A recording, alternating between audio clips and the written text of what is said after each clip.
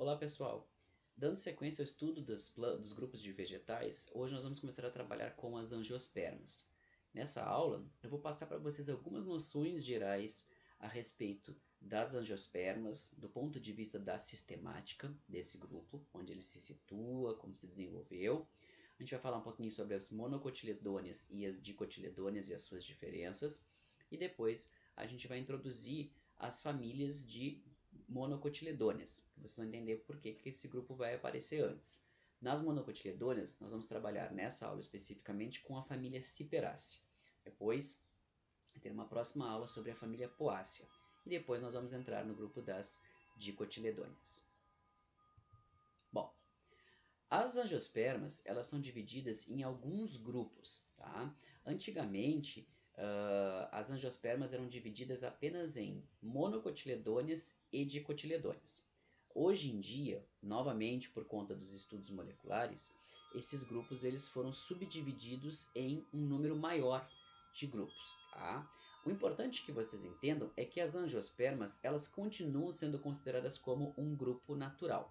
E isso se dá pelo fato de que, molecularmente, fazendo as análises moleculares, todas as angiospermas têm um ancestral comum. E todas elas vão ter uma característica comum muito forte e muito evidente que coloca todas no mesmo grupo, na mesma grande família de plantas, que seria a presença da flor e a presença do fruto. O fruto é proveniente do ovário, que está lá na flor e se desenvolve e forma posteriormente, então, o fruto. Essa característica ela é exclusiva das angiospermas. Nenhum outro grupo de plantas anterior às angiospermas apresenta nem flor nem fruto. Tá? Por mais que nós tenhamos visto na aula de gimnospermas, né, que alguns grupos podem apresentar estruturas muito parecidas com os frutos, fruto efetivamente, que é exatamente o resultado da fecundação do ovário, né, e a forma do óvulo, e aí o desenvolvimento do ovário ao redor do óvulo, os óvulos viram sementes e o ovário vira o fruto, e algumas outras peças da flor também eventualmente podem participar da formação do fruto. Isso acontece apenas nas angiospermas. Tá? Então, como um grupo, as angiospermas continuam sendo o que a gente chama de monofilético, ou seja, é um grupo que contém um ancestral comum e todos os descendentes. Tá? Então, quando nós vamos aqui no que a gente chama de cadeia evolutiva, de árvore da vida, a gente observa o que, pessoal? As gimnospermas aparecem aqui, próximas das angiospermas, mas elas formam um grupo, né? Esse grupo aqui das gimnospermas, entre aspas, né, é aquele que a gente já viu com as suas características. A partir daqui aparece uma barrinha aqui nessa nossa árvore da vida. Sempre que aparece essa barrinha aqui, isso significa o quê? Algo novo, uma estrutura nova apareceu ao longo do processo evolutivo, e essa estrutura nova, quando ela aparece aqui, significa que todos os grupos que estão depois dessa barrinha com essa estrutura nova vão apresentar essa característica. Antes, não. Tá? Então, o que vai aparecer que vai formar o grande grupo das angiospermas? As angiospermas e gimnospermas terão os xilema e o floema mais especializados, vão ter células específicas no xilema e floema das angiospermas que só ocorrem nas angiospermas, não vão acontecer nas gimnospermas. Tá? Nós vamos ter a formação de flor, por conseguinte de fruto, tá? E nós vamos ter a formação do processo de dupla fecundação formando endosperma. Tá? Que isso depois a gente vê na estrutura da semente. Dentro do grupo das angiospermas, que antigamente eram conhecidos como dicotiledôneas e monocotiledôneas, os estudos moleculares nos apontam que esse grupo ele é um pouco mais diverso do que a gente imaginava. Existem alguns grupos de famílias que são muito antigas, muito primitivas, digamos assim, entre aspas, e que são praticamente um elo de conexão com os grupos mais derivados dentro das gimnospermas, que são esses três grupos aqui. Tá? Nós não vamos trabalhar com eles, são grupos que têm muito poucas espécies, a maior parte deles tem uma espécie apenas, com exceção das ninféias, o resto tem apenas uma espécie. Então são grupos que trazem elementos de transição para a formação das primeiras angiospermas. Depois nós temos um grupo que nós chamamos de cladomagnolide. Né? Lá dentro vão ficar as famílias Lauralis, por exemplo, que inclui plantas como o mogno, por exemplo, né, o louro que a gente conhece para temperos, as piperáceas, que são as plantas que lá dentro nós temos a família aqui da pimenta preta, tá? E as magnólias, tá? Então é um outro clado, bastante primitivo também. Depois nós temos uma família separada que não se encaixa em nenhum outro grupo, e aí nós temos na sequência evolutiva ao aparecimento das monocotiledôneas. As monocotiledôneas vocês com certeza devem se lembrar e conhecer alguma monocotiledônea de cabeça, tá? As monocotiledôneas vão ter uma característica muito evidente que todas elas vão apresentar, que é a presença de um único cotilédone. Tá? E daqui a pouquinho a gente vai, para quem não lembra, a gente vai recapitular um pouquinho o que é a questão do cotilédone dentro da semente. Depois nós temos mais um grupo de plantas entre as monocotiledôneas, né, que é o grupo das ceratophyllales, e por fim nós vamos ter as eudicotiledôneas. Tá? As eudicotiledôneas vão ter como função, como característica principal, uma característica do pólen, que é um pólen com 3 aberturas, ao passo que as monocotiledôneas não têm o pólen desse jeito. Tá? Acontece que aqui todos esses grupos anteriores, tá, têm 2 cotilédones, o que vai fazer com que as eudicotiledôneas, o eu na frente significa verdadeiro, as eudicotiledôneas constituam como um grupo coeso e monofilético, é a presença do pólen com essa característica aqui, dessas 3 aberturas. Tá? Então, monocotiledôneas e eudicotiledôneas continuam sendo os grupos mais diversos dentro das angiospermas, mas nós temos algumas famílias e classes de plantas que não se encaixam nas características desses outros 2 grupos e, por estudos moleculares, também não são parentes tão próximos desses 2 grupos. São parentes mais afastados, tá? É como se as angiospermas fossem uma grande família com pequenos núcleos. Alguns núcleos são mais fortes e mais evidentes, como é o caso das monocotiledôneas e eudicotiledôneas. Outros núcleos são menos fortes e menos numerosos, como é o caso dos outros grupos que nós estamos vendo ali, ok?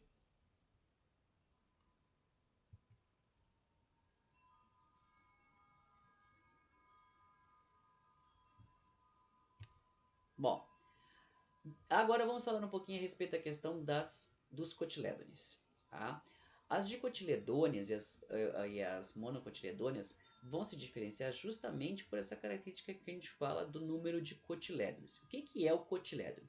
O cotilédone nada mais é do que uma estrutura de armazenamento de nutrientes da semente. Tá? Então, algumas espécies vão ter os cotilédones, que seriam como se fossem umas folhas modificadas que vão servir de local de armazenamento das substâncias de reserva que a planta-mãe sintetiza para doar para a semente, para que quando a semente germinar, a filha dela, a plantinha que está lá dentro da semente, comece a germinar e use esse nutriente como fonte de energia para o crescimento inicial dessa planta, até que ela se torne fotossinteticamente competente e consiga produzir o próprio alimento por conta própria. Tá? Então, esse tecido, né, essa folha modificada que é o cotilédone, ele aparece como sendo o local de armazenamento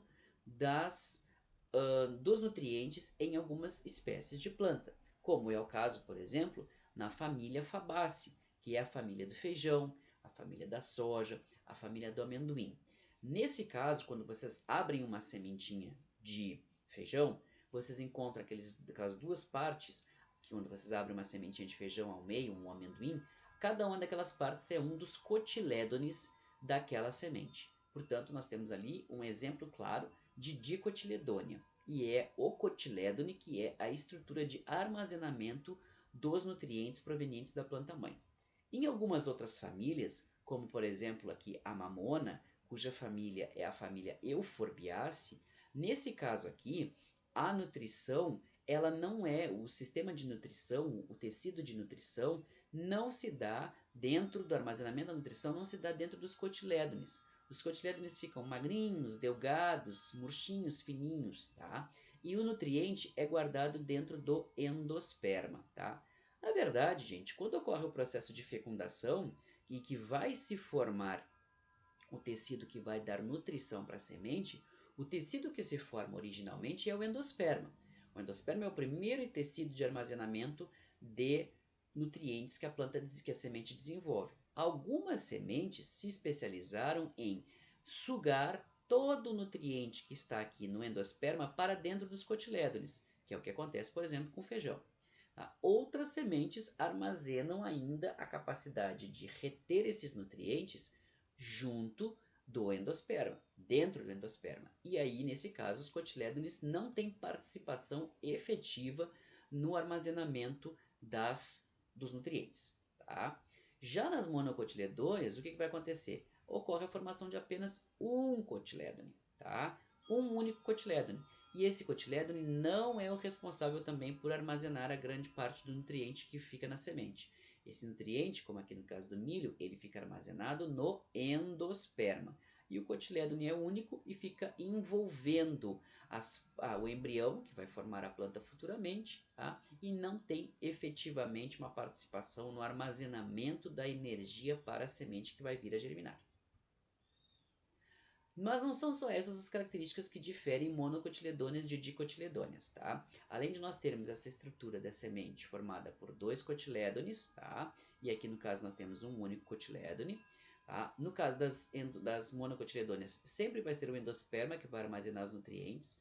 No caso das dicotiledôneas, podem ser os dicotilédones ou então também pode ser o endosperma. Mas nós vamos ter outras características, tá? Em geral, as monocotiledôneas vão apresentar raízes do tipo fasciculada, vão apresentar folhas invaginantes ou folhas pecioladas, folhas completas. É comum a presença de bainha nas monocotiledôneas, tá? Em geral, vão ser plantas que têm um crescimento em tamanho herbáceo, né? São raras as monocotiledôneas que atingem tamanhos maiores, mas elas nunca desenvolvem madeira, nunca desenvolvem o chamado lenho, que é xilema secundário, que é crescimento efetivo de madeira. Isso não acontece nas monocotiledôneas. Tá?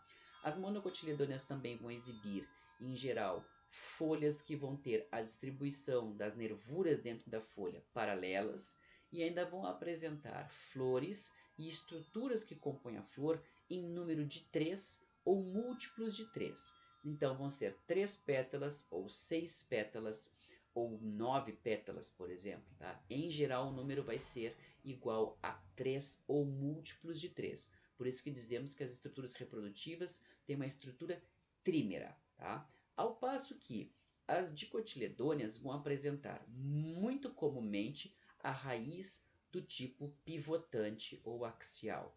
O sistema de folhas vai ser um sistema onde as nervuras dentro das folhas vão ser nervuras ramificadas. Nós vamos poder ter dicotiledôneas com folhas completas ou incompletas, geralmente pecioladas, podem ser sésseis. A presença de bainha e folhas invaginantes não é tão comum. Tá? Nós vamos ter também o desenvolvimento de lenho em muitas espécies. Então, as dicotiledôneas podem ser desde ervas até árvores de grande porte. As árvores serão sempre dicotiledôneas, os grandes arbustos também, nunca serão monocotiledôneas. Tá? E nós vamos ter as flores que no sistema que nós chamamos de tetrâmero ou pentâmero. O que isso quer dizer? Que as estruturas que compõem a flor, como o número de estames, o número de pétalas, o número de carpelos, vai ser 4 ou múltiplos de 4 e 5 ou múltiplos de 5. Tá? Se nós encontrarmos essas características, flores, né, estruturas reprodutivas, tetrâmeras, pentâmeras, né, e nervuras nas folhas que são ramificadas, ao passo, nós vamos poder dizer que nós com certeza temos uma dicotiledônea. Ao passo que se nós encontrarmos nervuras paralelas e estruturas florais em números de 3 e múltiplos de 3, nós vamos poder dizer com segurança que é uma monocotiledônea. Aí entramos no grupo das monocotiledôneas. Por quê? Como nós vimos, as monocotiledôneas, ao longo do processo evolutivo das angiospermas, as monocotiledôneas apareceram primeiro do que as eudicotiledôneas. Os dois cotilédones já estavam presentes naqueles grupos anteriores, nas famílias que nós chamamos de basais. No grupo das magnolídeas já haviam dois cotilédones. Mas aquela característica exclusiva das eudicotiledôneas verdadeiras, a gente encontra isso em um grupo que a gente vai chamar de eudicotiledôneas, que é aquela característica do pólen com 3 aberturas. Dentro das monocotiledôneas, nós temos vários grupos de plantas, tá? E esses ganchos que vão aparecendo aqui mostram o quanto que os grupos estão próximos uns dos outros. Por exemplo, ó, Comelinalis e Zingiberales têm um ancestral comum, então elas são muito parentes, muito próximas. Agora, se vocês pegarem Comelinalis e esse outro grupo aqui, ó, Alismatalis, vejam como está distante o parente comum que elas vão ter. Então, esse grupo aqui é um grupo que não tem um grau de parentesco tão íntimo quanto tem esses dois grupos aqui. Tá? Dentro desse grupo, as principais famílias estão dentro dos gêneros Comelinalis, Zingiberales, Poales e Arecales. Tá? Arecales, as palmeiras, né? Nós vamos encontrar o grupo das palmeiras. Dentro das Zingiberales, nós encontramos algumas espécies de interesse, como o gengibre. Nas Comelinalis nós também encontramos algumas espécies ornamentais, espécies comestíveis e principalmente dentro do grupo das Poales nós vamos encontrar duas famílias de extrema importância do ponto de vista, né, econômico, as famílias Ciperaceae e Poaceae. Dentro então do grupo das Poales nós vamos ter muitas famílias importantes. A família Bromeliaceae, que é a família das bromélias, onde nós temos, por exemplo, plantas ornamentais e temos também o abacaxi. Né? Nós temos famílias que vão ter importância como plantas, né, que vão ter interesse econômico, né, como decorativas. Né? Temos Eriocaulaceae, temos Joinvilleaceae, mas acima de tudo nós vamos ter Ciperaceae e Poaceae. Famílias que são não tão próximas assim, como podemos observar aqui, ó, Ciperaceae aqui, Poaceae aqui embaixo.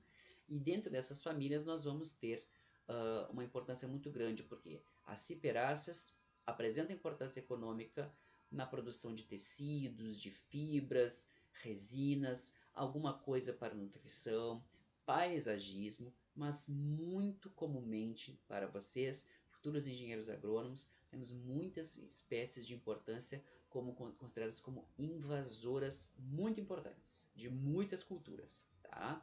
E as poáceas, que vão ser as espécies que vão apresentar uma importância imensa como alimento para a humanidade. Cerca de 50% da nutrição, né, do aporte calórico que os seres humanos consomem, vem da família Poaceae. Então, a importância dessa família é muito grande. Né? Só para citar para vocês, temos dentro dessa família o gênero Oryza, Oryza sativa, o arroz, Zeamais, o milho, Triticum, né, os trigos. Temos aqui dentro dessa família cevada, temos sorgo, temos inúmeras forrageiras dentro desse grupo. Então temos uma grande importância dentro do grupo das poales.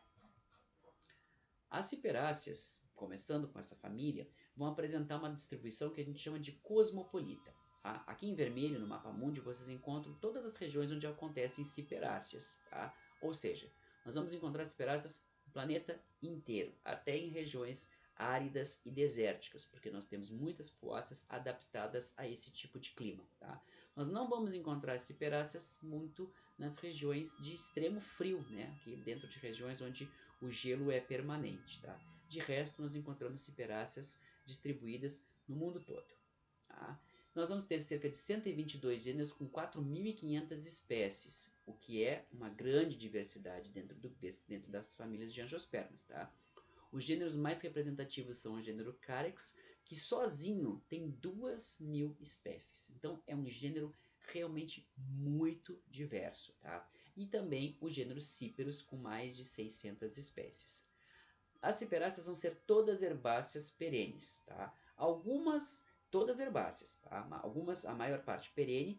Raramente nós vamos encontrar alguns grupos que são anuais. Esses grupos vão ser principalmente de regiões muito quentes e secas. Tá?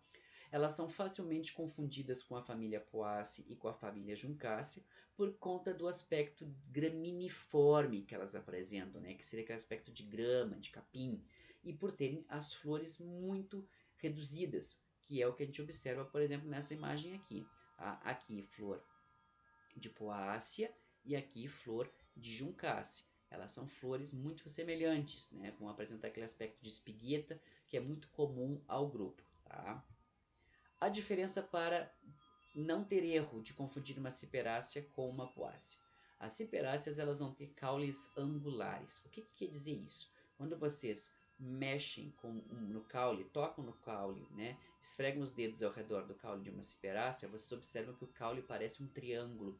O caule tem ângulos, tá? Ele pode ser mais triangular, ele pode ser mais quadrado, mas ele apresenta ângulos, ao passo que o caule das poáceas é um caule cilíndrico, arredondado, sem ângulos, tá?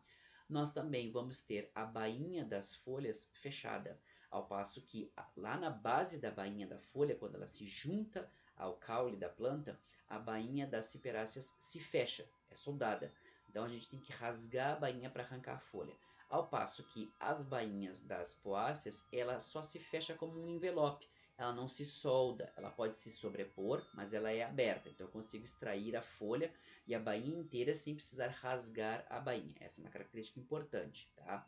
E uma outra coisa muito importante é a presença da lígula, tá? As poáceas apresentam lígula, as ciperáceas não.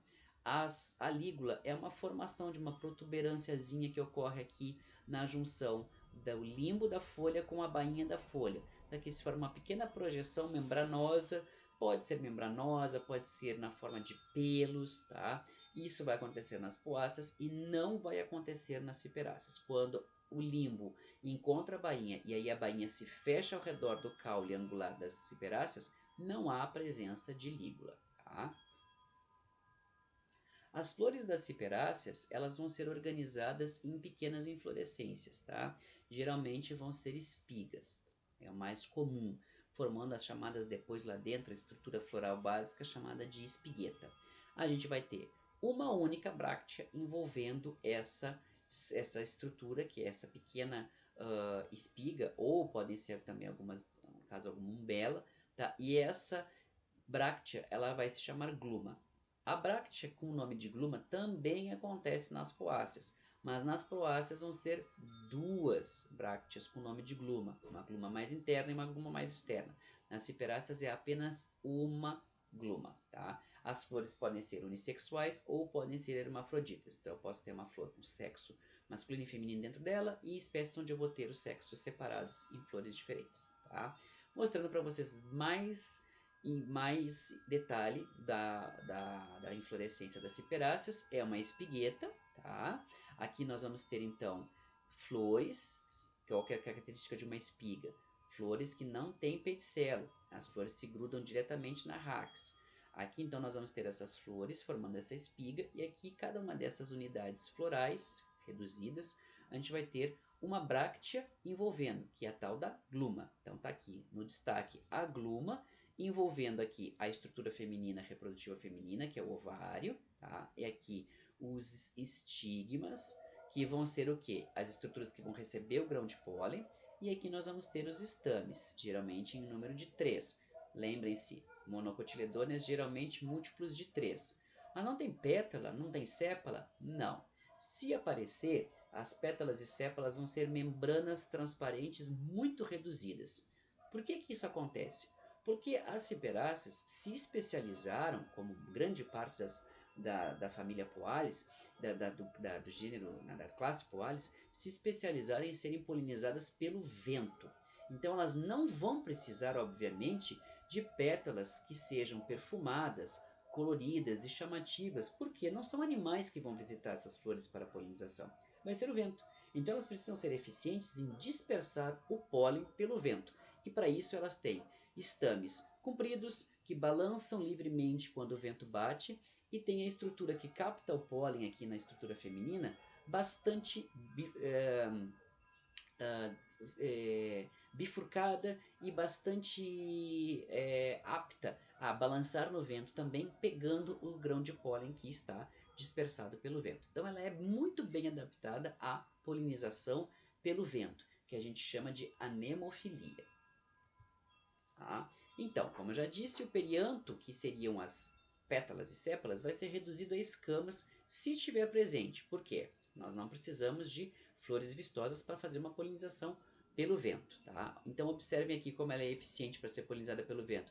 As estruturas que lançam o grão de pólen e que captam o grão de pólen ficam aqui, ó, penduradinhas, bem compridas e esticadas, prontas para receber o grão de pólen que está sendo dispersado no meio. Essa aqui é uma planta do gênero Carex, tá? que é aquele gênero mais numeroso dentro do grupo das ciperáceas.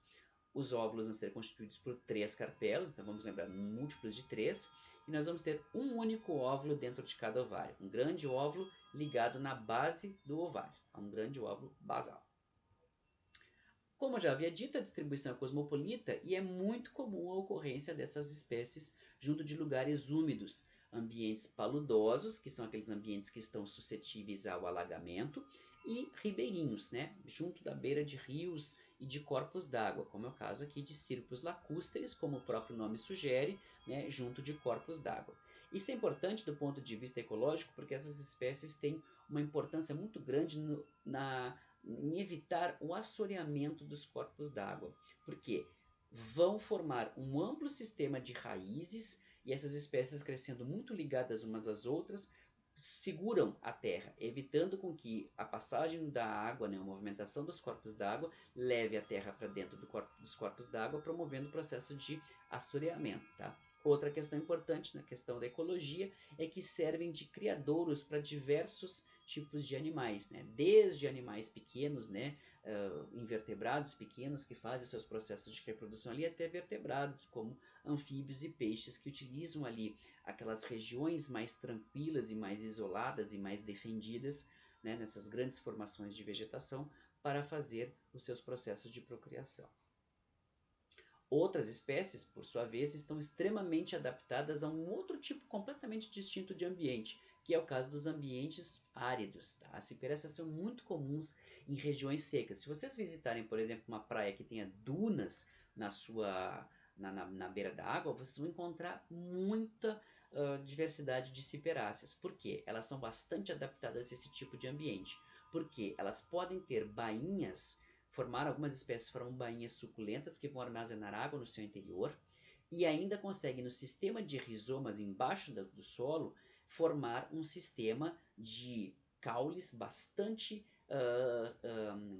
adaptados a armazenar a água. Então, quando chove nesse tipo de ambiente, elas têm um sistema de rizomas abaixo, logo abaixo do solo, com raízes bastante espalhadas, que elas conseguem absorver toda a água que cai rapidamente e armazenar dentro dos rizomas. Isso faz com que essas plantas consigam resistir a longos períodos de seca nesses ambientes. Um exemplo muito interessante dentro do grupo é a chamada Cyperus rotundus, que é conhecida como tiririca. Tá? E vocês, né, como talvez técnicos em agropecuária, futuros engenheiros agrônomos, já tenham ouvido falar. É uma das espécies invasoras mais importantes do planeta. Tá? Cerca de mais de 90 países reconhecem a Cyperus rotundus como uma invasora.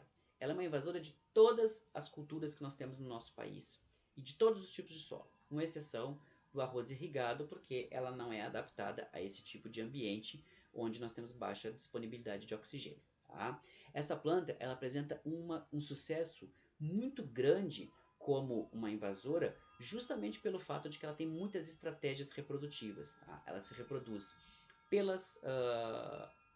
dispersão do pólen e das sementes no vento, mas ela também consegue ser levada por outros tipos de animais, né, como insetos que fazem a dispersão dos frutos e do pólen, tá? E elas também conseguem crescer de forma vegetativa a partir dos rizomas que, ao extrairmos a planta do solo, cortarmos a planta, né, fazermos o corte dessa planta, os rizomas continuam no solo e as sementes caem no solo e essa planta vai continuar proliferando. Então é muito difícil o combate de Cyperus rotundus efetivamente. Tá?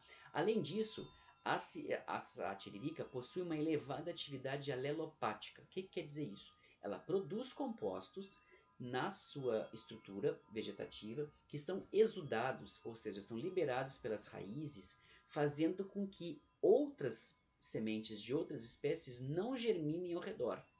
Impede a germinação e até mesmo o crescimento de raízes de outras plantas ao redor da tiririca. Isso faz com que a tiririca seja muito agressiva no seu aspecto de crescimento, tá? Inclusive impedindo que outras plantas cresçam próximas. Então isso é uma característica muito importante da espécie. Agora, outras espécies vão ter outros tipos de uso que podem ser interessantes e econômicos. Um desses usos é o papiro, né? A formação do papiro, o tipo de papel mais antigo que a gente conhece. Hoje, a espécie que dá origem ao papiro, né, o Cyperus papyrus, ela é uma espécie considerada como ornamental. Tá? Outras espécies, como Cyperus, também apresentam utilização para se extraírem fragrâncias importantes. Outras espécies vão possuir tubérculos que são comestíveis, tá? Como é o caso de Eleocaris tuberosa, dulcis. E também temos outras espécies, como o próprio Cyperus esculentus, que serve para a produção de biodiesel, onde cerca de 26 a 30% do conteúdo dos seus tubérculos está na forma de óleos que podem ser aproveitados. Tá? Outras espécies também são utilizadas como forragem, tá? Podem ser utilizadas para aproveitar as suas fibras para a produção de cestos, de tecidos, e também em algumas espécies são consideradas como medicinais em medicinas tradicionais de países asiáticos. Tá? Outros tipos de uso também podem ser para o paisagismo, como é o caso dos Cyperus alternifolios, que é amplamente utilizado, assim como papiro, também para o processo de paisagismo. Dentro do Brasil, a gente tem uma grande diversidade de ciperáceas, né? Nós temos em torno de 678 espécies de ciperáceas, o que dá em torno de 15% das espécies de ciperáceas que se tem conhecidas ocorrem no Brasil, e cerca de 42 gêneros, o que dá em torno de 40% dos gêneros conhecidos. Tá? Os gêneros mais numerosos aqui no Brasil são o gênero Rhincóspora, o gênero Cyperus, o gênero Scleria e o gênero Eleocaris. Tá? As regiões onde elas ocorrem com mais abundância são a região norte e sudeste, e nós não temos nenhum gênero endêmico, ou seja, de ocorrência exclusiva no Brasil, mas nós temos cerca de 200 espécies endêmicas de ciperácea, que ocorrem exclusivamente no nosso país, sendo que 40 dessas espécies são apenas do gênero Rhincóspora.